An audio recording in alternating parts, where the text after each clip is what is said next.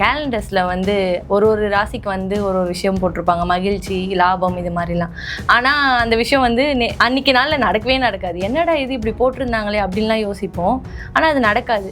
அதனால் ஏன் சார் அது மாதிரிலாம் போடுறாங்க? நடைமுறை வாழ்க்கைன்னு சொல்லி பார்த்தீங்கன்னா ஏதாச்சும் ஒரு கெட்டது நடந்துடும். ஸோ அவங்க நல்லா இருக்குன்னு சொன்னாங்க, எனக்கு கெட்டது நடக்குது அப்படின்னு சொல்லி கேட்டிங்கன்னா அதுக்கு என்ன காரணம் அப்படின்னாக்கா அவங்க மேலே தப்பு கிடையாது. ஆக்சுவலி என்னன்னா கோச்சார பலன்கள் அப்படின்னு சொல்லுவாங்க. சந்திரன் டெய்லி எந்தெந்த நட்சத்திரத்தில் போகிறாரோ அதை வச்சு அதை அடிப்படையை வச்சு எடுக்கிறது கோச்சார பலன். பொதுவான பலன்கள் வந்து 100% பொருந்தி போகாது. அதை நீங்கள் நல்லா நாம வச்சுங்க. வெறும் 25% தான் பலன் கொடுக்கும், பாக்கி 75% நம்மளோட சொந்த ஜாதகம் தான் வேலை செய்யும். அப்படிங்கிறத புரிஞ்சுக்கிட்டாவே லைஃப் நல்லா இருக்கும். ஜாதக ரீதியாக வந்து இந்த எழுத்துக்கள்லாம் நம்மளுக்கு பேர் வைக்கலான்ற மாதிரி இருக்கும். ஆனால் அது போக போக ட்ரெண்டுக்கு ஏற்ற மாதிரி மாற்றிப்பாங்க. அப்போ அந்த டைம் வந்து அவங்களுக்கு ஒரு சில விஷயம் நடக்கிறப்போ வீட்டில் இருக்க பெரியவங்களாம் என்ன சொல்லுவாங்கன்னா, உன் பேரை நீ மாற்றிட்ட, அதனால தான் உனக்கு கெட்டது நடக்குது அப்படின்லாம் சொல்லுவாங்க. அதெல்லாம் எப்படி சார்? நம்ம பேர் நம்ம இஷ்டம் வச்சுக்கலாம் தானே? ஸோ எந்த பேரை வச்சு உங்களை கூப்பிட்றாங்களோ அந்த பேருக்கு அந்த அதிர்வெண்கள் வேலை செய்யும். ஏபிசிடி 26 எழுத்து இருக்குல்ல, 26 எழுத்துக்கு ஒவ்வொரு நம்பர் இருக்குது. அந்த நம்பர் பிரகாரம் நம்ம கூட்டி வச்சு பார்த்தோம்னா அந்த 1லேருந்து 9க்குள்ளே கூட்டுப்புள்ளி வரும். 1ஆம் நம்பருங்கிறது சூரியனோட ஆதிக்கம், 2ஆம் நம்பர் வந்து சந்திரனோட ஆதிக்கம், 3ஆம் நம்பர் வந்து குருவோட ஆதிக்கம், 4ஆம் நம்பர் வந்து ராகுவோட ஆதிக்கம். வீடு மனை வாகனம், சொத்து சுகம், நம்மளோட இன்ப துன்பங்கள், திடீர் அதிர்ஷ்டங்கள், இதெல்லாம் மாற்றி அமைச்சிக்கலாம். அதுக்கு தான் நம்ம வழிபாடுகள், பூஜைகள், தான தர்மங்கள் தான் பண்றது. கோவிலுக்கு போனா அவங்களுக்கு இது மாதிரி நடக்கும், மாறும் அப்படின்றதெல்லாம் உண்மையா சார்? கோவிலுக்கு போனா கண்டிப்பா விதி மாறும். யாருக்கு விதி மாறும்னா, யார் ஒருத்தர் அடக்கமா இருந்து தான்கிற அகங்காரம் இல்லாம முழுமையா சரணாகதி அடைகிறாரோ. சர்வதர்மான் பரித்யச்ச மாமேகம் சரணம் ரஜ ஹகம் துவா சர்வபியோ மோட்சஸ்யாமி மாசு ஜகாங்கிறது அந்த ஸ்லோகம். இதோட அர்த்தம் என்னன்னாக்க, நீ வந்து எல்லா இன்ப துன்பங்களையும் என்னிடம் கொடுத்து விட்டு நானே முழுமையாக சரண் அப்படின்னு சொல்லி கடவுளையும் முழுமையாக சரணடைஞ்சிட்டீங்கன்னா உன்னோட பாவங்கள் மன்னிக்கப்படும். டிபிசி பக்தி நேயர்களுக்கு வணக்கம். இன்னைக்கு நம்ம நேர்காணல்ல ஜோதிட செம்மல் சூரத் பாலா அவர்கள் தான் இணைந்திருக்காரு. அவர்கிட்ட நம்ம ஜோதிட ரீதியா ஏற்படுற கேள்விகளுக்கான பதிலை கேட்டு தெரிஞ்சு. வணக்கம் சார். வணக்கம் மேடம். சார், இப்போ நம்ம ஸ்கூல் டைம்ல இருந்தே பார்த்தோன்னா இந்த கேலண்டர்ஸ்ல வந்து ஒரு ராசிக்கு வந்து ஒரு விஷயம் போட்டிருப்பாங்க, மகிழ்ச்சி, லாபம், இது மாதிரிலாம். ஆனா அந்த விஷயம் வந்து அன்னைக்கு நாள்ல நடக்கவே நடக்காது. என்னடா இது இப்படி போட்டிருந்தாங்களே அப்படின்லாம் யோசிப்போம். ஆனா அது நடக்காது. அதனால ஏன் சார் அது மாதிரிலாம் போடுறாங்க? ஆக்சுவலி பார்த்தீங்கன்னா இந்த காலண்டரில் ராசி பலன் பார்க்குறது, அதே மாதிரி டெய்லி பேப்பரில் பார்க்குறது, அதே மாதிரி டிவிலையும் சொல்லுவாங்க ராசி பலன்கள் சொல்லுவாங்க. அதில் சொல்கிற ராசி பலனுக்கும் நம்ம நடைமுறை வாழ்க்கையும் பார்த்தீங்கன்னா நிறைய வித்தியாசம் இருக்கும். அது எதனால் அப்படின்னு சொல்லி கேட்டிங்கன்னா, ராசி பலன்கள் அப்படிங்கிறது வந்து ரொம்ப ரொம்ப நுணுக்கமான ஒரு விஷயம். இப்போ மேச ராசிக்காரவங்களுக்கு இன்னைக்கு நாள் நல்லா இருக்குது, ரிஷப ராசிக்காரவங்களுக்கு நாள் நல்லா இருக்குது, எடுத்துக்காட்டு கடகம்னு சொல்லுவோம். எல்லா ராசி 12 ராசிக்கு நல்லா இருக்குன்னு சொல்லிட்டாங்க. கடைசியாக நம்ம பலன் நடைமுறை வாழ்க்கைன்னு சொல்லி பார்த்தீங்கன்னா ஏதாச்சும் ஒரு கெட்டது நடந்திருக்கும். ஸோ அவங்க நல்லா இருக்குன்னு சொன்னாங்க, எனக்கு கெட்டது நடக்குது அப்படின்னு சொல்லி கேட்டிங்கன்னா அதுக்கு என்ன காரணம் அப்படின்னாக்கா அவங்க மேலே தப்பு கிடையாது. ஆக்சுவலி என்னன்னா கோச்சார பலன்கள் அப்படின்னு சொல்லுவாங்க. சந்திரன் டெய்லி எந்தெந்த நட்சத்திரத்தில் போகிறாரோ அதை வச்சு அதை அடிப்படையை வச்சு எடுக்கிறது கோச்சார பலன். ஸோ அந்த சந்திரன் வந்து டெய்லியுமே 2 நாளைக்கு ஒரு வாட்டி ஒரு ராசிலேருந்து இன்னொரு ராசிக்கு மாறுவார். ஸோ அதை அடிப்படையாக வச்சு பலன்கள் எடுக்கும்போது அந்த பலன்கள் எவ்வளோ தூரம் பலிக்கும், எவ்வளோ தூரம் கரெக்டாக இருக்கும் அப்படின்னு சொல்லி கேட்டிங்கன்னா வெறும் 25% தான். கோச்சாரங்கிறது வெறும் 25%. நம்மளோட சொந்த ஜாதகம் இருக்குல்ல, அதுதான் 75%. ஸோ அதனால தான் ஒவ்வொருத்தருக்கும் தனித்தனியாக ஜாதகம் எழுதி தனித்தனியாக பலன்கள் பார்க்குறாங்க. இப்போ நீங்கள் மேசராசி அப்படின்னா உங்களை மாதிரியே மேசராசிக்காரவங்க 1 கோடி பேர் இருப்பாங்க. அந்த 1 கோடி பேருக்கு ஒரே பலன்கள் நடக்காது. அது தனித்தனியாக தெரிஞ்சுக்கணும்னு சொல்லி தான் தனித்தனியாக ஜாதகம் பார்க்குறதுங்கிறது. இந்த பொதுவான பலன்கள் காலண்டரில் போட்டிருக்கு, இன்னைக்கு லாபம், இன்னைக்கு நஷ்டம், இன்னைக்கு சந்தோஷம், இன்னைக்கு பணம் வரும்னு போட்டிருக்கு அப்படின்னா அது பொதுவான பலன்கள். அது எல்லாருக்கும் நடந்துடாது. ஸோ என்னோட குருநாதர் என்ன சொல்லுவார்னா, இன்னைக்கு மேசராசிக்கு நல்லா இருக்குது அப்படின்னா உனக்கு உன்னோட ஜாதகப்படி எந்த அளவுக்கு உனக்கு நல்லது நடக்கணுமோ அந்த அளவுக்கு நல்லது நடக்கும். அதாவது உன்னோட ஜாதகத்தில் எந்த அளவுக்கு கிரகங்கள் பலமாக இருக்கோ அந்த அளவுக்கு உனக்கு நன்மைகள் நடக்கும். ஒருவேளை உனக்கு கெட்ட நேரம் ஒருவேளை உனக்கு நல்ல நேரம் இல்லாமல் கெட்ட நேரம் தான் நடக்குது அப்படின்னா உனக்கு கெட்டது நடக்கும். இதே விருச்சிக ராசிக்கு நல்லா இருக்குன்னா விருச்சிக ராசிக்காரவங்க சொந்த ஜாதகம் எந்த அளவுக்கு பலமாக இருக்கோ அந்த அளவுக்கு தான் நல்லது நடக்கும். ஸோ பொதுவான பலன்கள் வந்து 100% பொருந்தி போகாது. அதை நீங்கள் நல்லா நாம வச்சுங்க. வெறும் 25% தான் பலன் கொடுக்கும், பாக்கி 75% நம்மளோட சொந்த ஜாதகம் தான் வேலை செய்யும். அப்படிங்கிறத புரிஞ்சுக்கிட்டாவே லைஃப் நல்லாயிருக்கும். ஆனால் கேட்குறதுக்கு நல்லாயிருக்கும். ஆமா, காலைல ஆனா அதை பார்த்துட்டோம் அப்பா இன்னைக்கு மகிழ்ச்சி அதேதான். அப்படின்ற மாதிரி மகிழ்ச்சியா போகணும்னு நினைப்போம். ஆனா அது நடக்காது. அப்போ என்னடா அப்ப என் ராசி வேறையோ அப்படின்ற மாதிரிலாம் டவுட் வந்துடும் எஸ் சார். எஸ் அதனால கேட்க ஏன்னா அவங்க மேலே தப்பு கிடையாது. காலைல ஏன்னு குட் மார்னிங் தானே சொல்லுவோம், யாரும் பேட் மார்னிங் சொல்ல மாட்டோம்ல. கரெக்ட். மாதிரி அவங்க நல்ல பழங்க தான் சொல்லணும்னு ஆசைப்படுறாங்க, அதான் சொல்றாங்க. அது நடக்கலங்கும் போது நம்ம கஷ்டமா இருக்கு, அவ்வளவுதான் வித்தியாசம். அவங்க மேலேயும் தப்பு கிடையாது, நம்ம மேலேயும் தப்பு கிடையாது. சொந்த ஜாதகம் எந்த அளவுக்கு வேலை செய்யுதோ அந்த அளவுக்கு நம்ம பலன்கள் நடக்கும். அதே மாதிரி இந்த பெயர்கள்லாம் வந்து இப்போ ஜாதக ரீதியா வந்து இந்த எழுத்துக்கள்ல எல்லாம் நம்மளுக்கு பேர் வைக்கலான்ற மாதிரி இருக்கும். ஆனா அது போக போக ட்ரெண்டுக்கு ஏற்ற மாதிரி மாத்திப்பாங்க. அப்போ அந்த டைம் வந்து அவங்களுக்கு ஒரு சில விஷயம் நடக்கிறப்போ வீட்டுல இருக்க பெரியவங்க என்ன சொல்லுவாங்கன்னா, உன் பேரை நீ மாத்திட்ட, அதனாலதான் உனக்கு கெட்டது நடக்குது அப்படின்லாம் சொல்லுவாங்க. அதெல்லாம் எப்படி சார்? நம்ம பேர் நம்ம இஷ்டம் வச்சுக்கலாம் தானே? இப்ப பெயர்கள் சொல்லி வச்சுக்கிட்டீங்க வச்சுங்களேன். இப்ப எடுத்துக்காட்டுக்காக சொல்றேன், உங்களுக்கு புரியணுங்கிறதுக்காக. ஒவ்வொரு பேருக்கும் ஒவ்வொரு பவர் இருக்குது. இப்போ என்னோட பேர் வந்து சூரத் பாலா, உங்களோட பேர் வந்து ஓவியா. ஸோ ஓவியான்னு கூப்பிட்டா நீங்க திரும்பி பார்ப்பீங்க, சூரத் பாலான்னு கூப்பிட்டா நான் திரும்பி பார்ப்பேன். இன்னொருத்தர் ரமேஷ்னு இருந்தால் அவர் திரும்பி பார்ப்பார், சுரேஷ்னு இருந்தால் இன்னொருத்தர் கூப்பிட்டா திரும்பி பார்ப்பார். ஸோ எந்த பேரை வச்சு உங்களை கூப்பிட்றாங்களோ அந்த பேருக்கு அந்த அதிர்வெண்கள் வேலை செய்யும். ஏபிசிடி 26 எழுத்து இருக்குல்ல, 26 எழுத்துக்கு ஒவ்வொரு நம்பர் இருக்குது. அந்த நம்பர் பிரகாரம் நம்ம கூட்டி வச்சு பார்த்தோம்னா அந்த 1லேருந்து 9க்குள்ளே கூட்டுப்புள்ளி வரும். 1ஆம் நம்பருங்கிறது சூரியன், சூரியனோட ஆதிக்கம். 2ஆம் நம்பர் வந்து சந்திரனோட ஆதிக்கம். 3ஆம் நம்பர் வந்து குருவோட ஆதிக்கம். 4ஆம் நம்பர் வந்து ராகுவோட ஆதிக்கம். 5ஆம் நம்பர் வந்து புதனோட ஆதிக்கம். 6ஆம் நம்பர் வந்து சுக்கிரனோட ஆதிக்கம். 7ஆம் நம்பர் வந்து கேதுவோட ஆதிக்கம். 8ஆம் நம்பர் வந்து சனியோட ஆதிக்கம். 9ஆம் நம்பர் வந்து செவ்வாயோட ஆதிக்கம். இவர் எந்தெந்த நம்பரில் உங்களுக்கு பேர் வைக்கப்பட்டிருக்கோ அந்த கிரகங்கள் வந்து உங்களை வந்து ஆளும். ஸோ ஆளும் கிரகங்கள் சொல்லுவாங்க. அந்த கிரகத்தோட பலன்படி தான் உங்கள் வாழ்க்கை அமையும். ஸோ உங்களுக்கு என்ன பேர் வைக்கணும், உங்களுக்கு என்ன மாதிரி வாழ்க்கை அமையணும் அப்படிங்கிறது ஆல்ரெடி நிச்சயிக்கப்பட்ட ஒன்று. நீங்கள் ஆச்சரியப்படுவீங்க, நான் பிறந்ததுக்கு முன்னாடி எப்படி என்னோட பேர் ஒன்று முடிவு பண்ணுவாங்க அப்படின்னா, ஆமாம் இன்னாருக்கு இவர் மகனாக பிறப்பார், இவங்க பொண்ணாக பிறப்பாங்க, இந்த பேரோடு இருப்பாங்க, இவங்கள தான் இவங்க திருமணம் செய்ய போகிறாங்க அப்படிங்கிறது ஆல்ரெடி ஃபிக்ஸட். ஓகே, அதை நம்ம மாற்ற முடியாது. சரி, எல்லாமே மாற்ற முடியாதுன்னா அப்புறம் எதுக்கு ஜாதகம் பார்க்குறோம் அப்படிங்கிற கொஸ்டின்ஸ் வரும். அப்போ அதுக்கு தான் நான் என்ன சொல்கிறேன்னா, சில விஷயங்கள் பர்மனெண்ட், சில விஷயங்கள் மாற்றக்கூடியது. இந்த மாற்றக்கூடிய விஷயங்கள் இருக்குல்ல, அது வந்து வீடு மனை வாகனம், சொத்து சுகம், நம்மளோட இன்ப துன்பங்கள், திடீர் அதிர்ஷ்டங்கள், இதெல்லாம் மாற்றி அமைச்சிக்கலாம். அதுக்கு தான் நம்ம வழிபாடுகள், பூஜைகள், அந்த தான தர்மங்கள் தான் பண்ணுறது. சரி, ஜோசியரை போய் பார்த்தா என்ன நடந்துருவோம் அப்படின்னு சொல்லி கேட்டிங்கன்னா, இந்த பேரை வைக்கிறதால பேரை மாற்றுறதாலேயோ இது நடக்கும் அது நடக்கும்னு சொல்ல வரல. பேரை வச்சிருவாங்க, எல்லாம் நடந்து முடிஞ்சிடும். பேர் வச்சு நம்மகிட்ட ஜாதகம் பார்க்க வரும்போது நம்ம என்ன சொல்கிறோன்னா, உன் ஜாதகப்படி இப்போ உனக்கு நேரம் சரியில்லைப்பா, எதுவும் அவசரப்பட்டு முடிவு எடுக்காத, இப்போதைக்கு தொழில் ஆரம்பிக்காதான் சொல்லுவோம். ஆனால் நம்ம மக்கள் என்ன பண்ணுவாங்க, நான் தலைகளாக தான் குதிப்பேன் அப்படி சொல்லிட்டு தொழில் ஆரம்பிச்சிருவாங்க. ஆரம்பித்து நல்லா சூப்பராக பிக்கப் ஆகி போயிட்டுருக்கும். இப்போ ஒன்றுமே தெரியாது, ஒரு 2 வருஷம் கழித்து பெரிய நஷ்டம் அடையும்.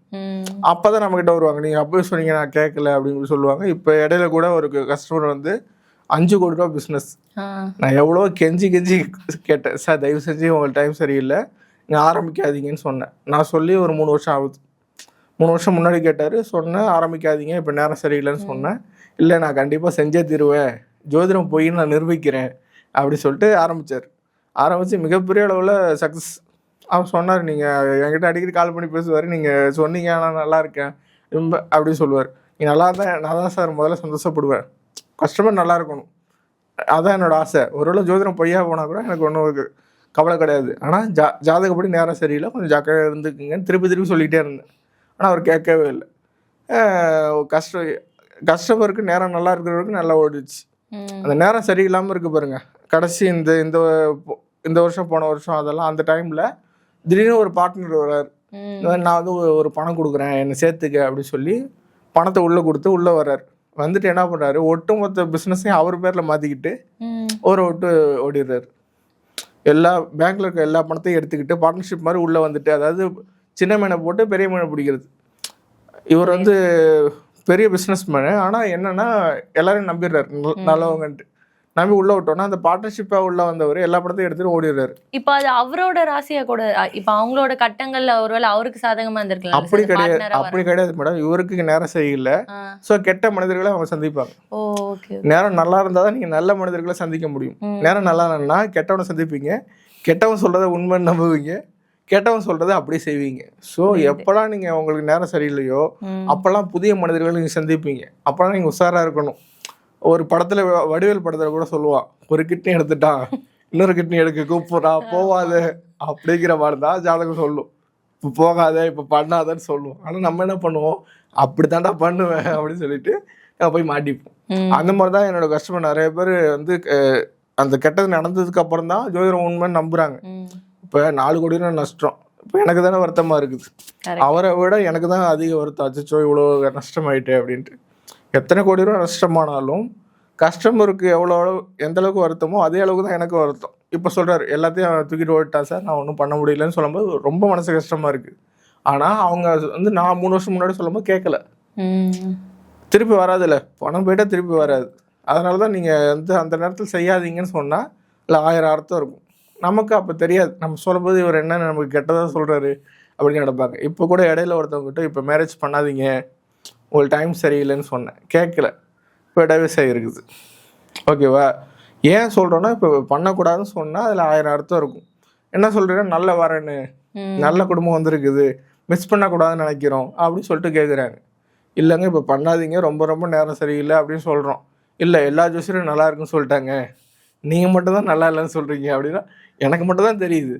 மற்ற ஜோசியர்லாம் நல்லா இருக்குன்னு சொல்கிறாங்க. 10 ஜோசியர்கிட்ட போய் பார்த்தோம், 10 பேர் நல்லா இருக்குன்னு சொல்கிறாங்க, நீங்கள் மட்டும் நல்லா இல்லைன்னு சொல்கிறீங்கன்னா நல்லா இல்லைன்னா நல்லா இல்லைன்னு தான் சொல்ல முடியும். அதுக்காக நல்லா இருக்குன்னு மாற்றி சொல்ல முடியாது. நான் சொல்கிறேன் எத்தனை பேர் சொன்னாலும் இதே தாங்க. அவங்க சொல்கிறாங்கன்னா அதுக்கு நான் பொறுப்பாக முடியாது. என்னை பொறுத்த வரைக்கும் வேண்டாம் அப்படின்னா நம்ம கஸ்டமர் நல்லா இருக்கணும்னு ஆசைப்பட்டு சொல்கிறோம். அவங்க அதை கேட்க மாட்டேங்கிறாங்க. ஸோ நீங்கள் நல்லா நாம வச்சிங்க. உங்கள் நேரம் சரியில்லைன்னா யார் சொன்னாலும் கேட்க மாட்டீங்க. நேரம் நல்லா இருந்தால் தான் கேட்பீங்க. அதுக்கு நிறைய எடுத்துக்காட்டுகள் இருக்குது. இப்போ நீங்கள் சொன்ன மாதிரி தான் சார். இப்போது நிறைய பேரை நாங்கள் பார்த்தா அவங்க எல்லாம் நல்லா இருக்குன்றாங்க, நீங்கள் மட்டும் இப்படி சொல்கிறீங்கன்ற மாதிரி சொல்கிறாங்கல்ல. ஏன் ஒரு ஜோதிடர்கிட்ட போய் அவங்க சொல்கிறத நம்பாமல் இன்னொருத்தர்கிட்ட மாறி மாறி போகிறது? எல்லாமே ஒரே ஜாதகன்றது எல்லாமே எல்லாரும் ஒரே மாதிரி தானே கணிப்பாங்க. அது எப்படி ஒருத்தர் ஒரு மாதிரி இன்னொருத்தர் ஒரு மாதிரி, அது எப்படி சார் கணிக்கிறாங்க? இது ஒரு நல்ல கேள்வி. ஆக்சுவலி என்னென்னா இதை சொன்னால் சண்டை தான் வரும். எல்லா ஜோசியரும் திறமைசாலி தான், எல்லாருமே 100% நல்லவங்க தான், நல்லா படித்த திறமைசாலி தான். எல்லாருமே கணிக்கிறதுல நம்மளோட பெரிய பெரிய ஆட்கள் தான். என்னோட திறமைசாலிங்க நிறைய பேர், ஆயிரக்கணக்கான பேர் இருக்காங்க. நான் மட்டும் தான் திறமைசாலின்னு சொல்ல வரல. என்னன்னா உங்களுக்கு நேரம் சரியில்லைன்னா எல்லாருமே உங்களுக்கு நல்ல பழங்களை சொல்லுவாங்க, சூப்பராக இருக்குது அருமையாக இருக்குன்னு. யாராவது ஒருத்தர் மட்டும் உசராகி சொல்லுவார், வேணாம்ப்பா இப்போ பண்ணாதுன்னு சொல்லுவார். அந்த ஒருத்தர்கிட்ட நீங்கள் போனாலும் உங்கள் நேரம் உங்களை கேட்கக்கூடாதுன்னுங்கிறது தான் இப்போ சொல்ல வந்தேன். அதுக்காக மற்றவங்கெல்லாம் வந்து திறமைசாலி இல்லை, நான் மட்டும் தான் திறமைசாலின்னு சொன்னால் அது பெரிய தப்பு. என்னோட திறமைசாலிங்க ஆயிரக்கணக்கான பேர் இருக்காங்க. இருந்தாலும் அந்த ஜோதிட கணக்கு போடும்போது சில மிஸ்டேக்கால அவங்களுக்கு நேரம் நல்லா இருக்குங்கிற மாதிரி காமிச்சிடும். நானே சில சமயம் வந்து கணக்கு போடும்போது என்னடா இப்படி மிஸ்டேக் பண்ணிட்டோன்னு வருத்தப்பட்ட நேரம்லாம் உண்டு. ஏன்னா கஸ்டமருக்கு ரொம்ப நேரம் சரியில்லைன்னா நம்ம கண்ணை மறைச்சிரும், ஜோசியர் கண்ணை மறைச்சிரும். எல்லாமே நல்லா இருக்குது, சூப்பராக இருக்குது பண்ணுங்கன்னு சொல்லிவிடுவோம். அதுக்கப்புறம் பார்த்தா கெட்ட பழங்கள் நடந்திருக்கும். ஸோ ஒருத்தங்க நேரம் நல்லா இருந்தால் தான் நல்ல ஜூஸர்கிட்ட போக முடியும். நேரம் நல்லா இல்லைன்னா ஆட்டோமேட்டிக்காக கெட்ட ஜூஸர்கிட்ட போயிடுவாங்க. கெட்ட ஜூஸர் கிடையாது, அவரும் நல்ல ஜூஸர் தான், கெட்ட பலன்கள் சொல்கிற ஜூஸர்கிட்ட போய் மாட்டிப்பாங்க. இப்போ அதே மாதிரி இந்த கெட்ட நேரம் நடக்குது, இப்போ இதை பண்ணாதீங்க அப்படிலாம் சொல்கிறீங்கல்ல, அப்போ வந்து அதுக்கான இது மாதிரி கோவில் போங்க, உங்களுக்கு அந்த கொஞ்சம் பவர் வந்து கம்மியாகும் அந்த கெட்ட விஷயம் நடக்கிறதுக்கு அப்படிலாம் சொல்கிறோம்ல, அந்த மாதிரி கோவிலுக்கு போனால் அவங்களுக்கு இது மாதிரி நடக்கும் மாறும் அப்படின்றதெல்லாம் உண்மையா சார்? இது எப்படி நம்ம சொல்லலாம்னாக்க, இப்போ கோயிலுக்கு போங்க பரிகாரம் பண்ணுங்க இந்த மாதிரி பண்ணுங்கன்னு சொன்னால் விதி மாறிடுமான்னு கேட்டால், என்னை பொறுத்த வரைக்கும் விதி மாறுமான்னு கேட்டால் அது வந்து 100% நம்ம அடித்து சொல்லிட முடியாது. ஒரு 50% மாறும்.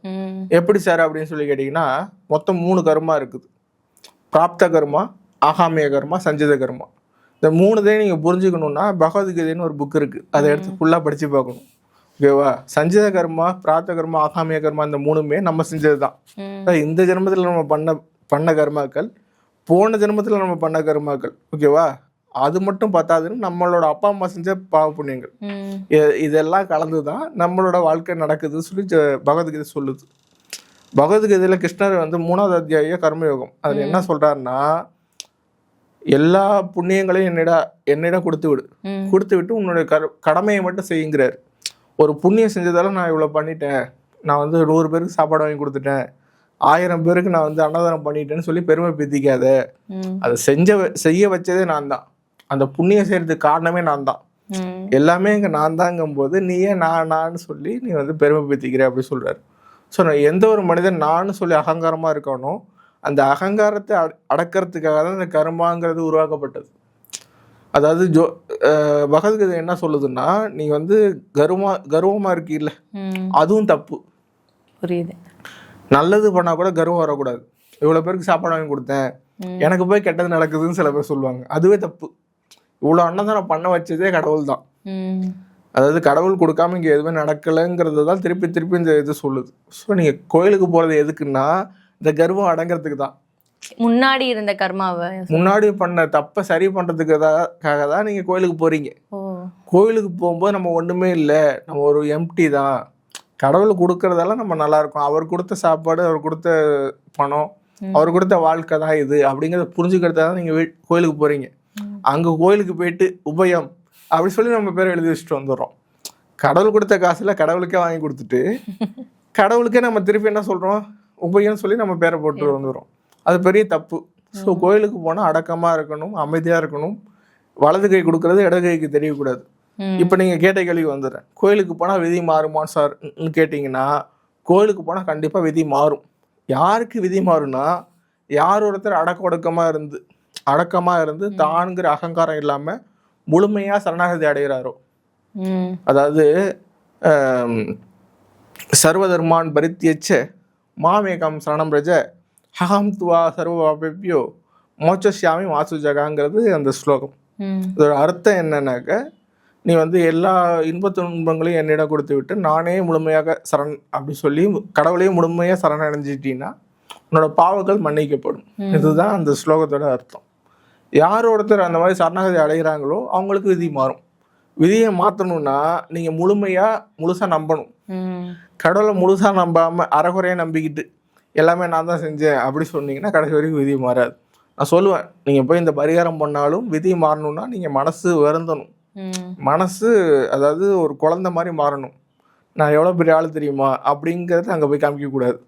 கோயிலுக்கு போயிட்டால் நம்ம வந்து கடவுளோட குழந்தை. ஸோ கடவுளோட குழந்தைக்கு என்ன செய்யணும்னு கடவுளுக்கு தெரியும். ஸோ அவர்கிட்ட நீங்கள் கேட்குறது கிடைக்கும். ஆனால் அதுக்கான டைம் வரணும். எல்லாத்துக்குமே ஒரு டைம் இருக்குது. ஸோ நீங்கள் கேட்ட கேள்விக்கு விதி மாறும். நான் சொன்ன மாதிரி பண்ணீங்கன்னா விதி மாறும்.